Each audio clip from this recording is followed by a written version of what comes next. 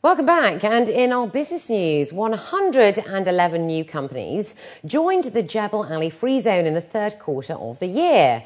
That's a 32% rise from the same period the year before. According to news agency WAM, at the end of September 2012, JAFZA was home to 6,812 companies. At the end of Q3, the number of new companies that joined the Free Zone stood at 347. 28% of the new companies were from Europe, 23% from the GCC, 22% from Asia Pacific, 10% each from the Americas and the Middle East, and 7% from Africa. In terms of countries, the largest chunk came from the UAE, followed by India and then the United Kingdom.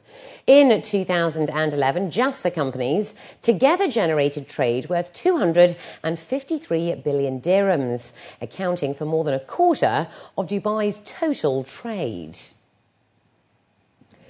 And Etihad Cargo has posted record monthly revenues for November of $65.8 million, up 21.2% on the same period last year. The division of Etihad Airways also carried 32,633 tonnes of freight, an 18.2% increase on November 2011. Etihad Cargo flies to a total of 87 destinations internationally, operating a fleet of 6 freighters. Global renewable energy investments reached an all-time high in 2011, with a total of $257 billion spent. However, the MENA region still lags behind the rest of the world, accounting for only $5.5 billion of renewable investments for the year, as revealed this morning by local authorities. Today, the Dubai Electricity and Water Authority signed an MOU with the International Renewable Energy Agency, with the intention of promoting sustainable energy consumption across the Emirates, in addition to implementing suitable policies and environmentally friendly strategies. Both parties confirmed that the agreement reflects the UAE's leadership towards achieving a green economy for a sustainable development initiative. Officials stated that the MOU will contribute towards diversifying the energy mix of Dubai, to be 71% gas, 12% nuclear energy, 12% clean coal and 5% solar energy by 2030. Adnan Amin, the Director General of ARENA, stated that the goals are realistic. However, political commitment is required. An essential element of a green economy has to be the energy mix. We know globally that some of the highest causes of pollution, the highest causes of carbon emissions in the world, which are leading to climate change, are a result of the energy system that we have. Globally, 40% of carbon emissions come from the energy system. So if a green economy vision is going to be a reality, one of the fundamental building blocks of that has to be sustainable energy. It's absolutely reachable. It depends what you do, and my sense is that the political commitment there is absolutely there. In fact, I do think that it's still conservative. I've witnessed myself, I had the great pleasure to be at the inauguration of the new solar installation in Dubai by His Highness, Sheikh Mohammed. And I think that the level of ambition and commitment I see in Dewa, more than 5% is possible. But I think that they should start with a target that we know that we can reach. And let's now take a look at the stock indices across the GCC.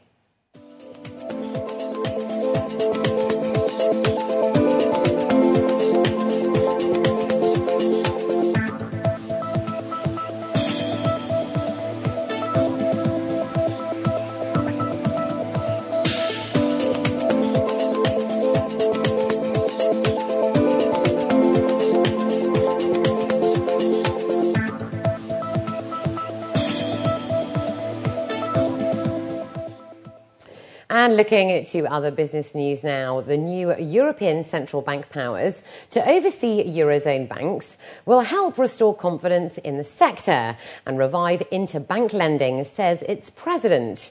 Well, to tell us more about Mario Draghi's words of confidence and what sort of challenges still remain, we earlier spoke with Philippe Dauber-Pantanache, the senior economist at Standard Chartered Bank.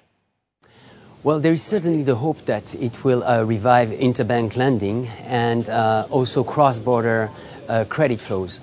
Interbank lending is absolutely crucial to the health of any economy. And actually in Europe, after the global financial crisis and the EU sovereign debt crisis, bank-to-bank lending has plunged to a dire level. So the supervision, the unified supervision of all the banks would definitely foster a better environment of trust. The second element is that once the supervisor is in place, it will be able, through the Stabilization Mechanism Fund, to actually recapitalize the banks that are in trouble directly without going through the sovereign. And that would address one of the biggest problems that we have right now in the sovereign debt crisis in Europe, is that there's a sort of a self-fulfilling effect between the problem of the sovereign and the banks. So that would address this. But certainly the road is still very long, and we know that Germany was very reluctant to give an oversight of all the banks in Europe. And the earliest that we see this being put in place is March 2014. So certainly between now and then, a lot of things will probably happen before they can put in place and implement the full scheme.